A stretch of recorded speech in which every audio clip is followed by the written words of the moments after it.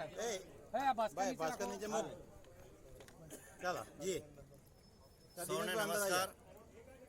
23 બારડોલી લોકસભાના ત્રીજી વખતના સાંસદ તરીકે મારી 23 બારડોલી લોકસભાના સૌ મતદાર ભાઈ બહેનો અને ભારતીય જનતા પાર્ટીના તમામ કાર્યકર્તાઓના અથાગ પ્રયત્નો થકી અને પ્રદેશ તેમજ રાષ્ટ્રીય નેતૃત્વ થકી આજે ફરીથી આ ત્રીજી વખત ભારતીય જનતા પાર્ટીના ઉમેદવાર તરીકે હું પ્રભુભાઈ વસાવા મારી લીડ સ્પષ્ટપણે દેખાઈ રહી છે. ત્યારે સૌપ્રથમ તમામ મતદાર ભાઈ બહેનો અને સૌ કાર્યકર્તાઓનો અને સાથે પ્રજા અને પ્રશાસન વચ્ચેની કડી બનીને પ્રેસ મીડિયાએ પણ જે રીતે સંકલન કર્યું છે ત્યારે આ તકે સૌનો હું આભાર માનું છું અને સૌ કાર્યકર્તાઓને અભિનંદન પાઠવું છું. પ્રભુભાઈ જેટલી લીડ ધારેલી એટલી નથી આવી એવું નથી લાગતું? આ વખતે લીડમાં જે મને ગયા વખતે જે લીડ મળેલી એના કરતાં વધારે લીડ મને દેખાઈ રહી છે.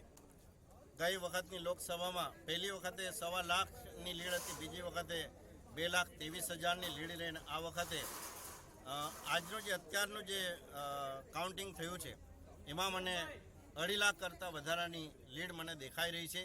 ત્યારે ઓવરઓલ જોતાં જે પણ લીડ આવી છે અને લોકશાહીમાં તમામ જે જનાધાર મળે છે એ સપ્રેમ સ્વીકારવાનો હોય છે અને કાર્યકર્તાએ જે કંઈ સહયોગ આપ્યો છે એના માટે ફરીથી 5 લાખનો લક્ષ્યાંક હતો, પાર નથી થયો. શું મંથન કરશે? જો લોકશાહીમાં પહેલેથી અગર નાનો લક્ષ્યાંક રાખીને ચૂંટણી લડવામાં આવે તો પરિણામ નાનું આવી શકતું હોય છે.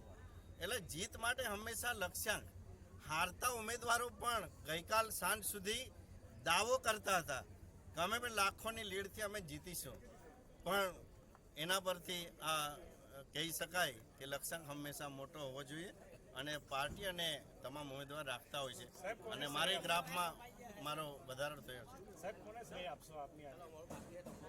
ભારતીય જનતા પાર્ટીના મારા કાર્યકર્તા એ જ ખરા ચાલક બળ છે અને જે રીતે કામ કર્યું છે ત્યારે એમને જ હું આ જીતનો શ્રેય આપવા માગું છું.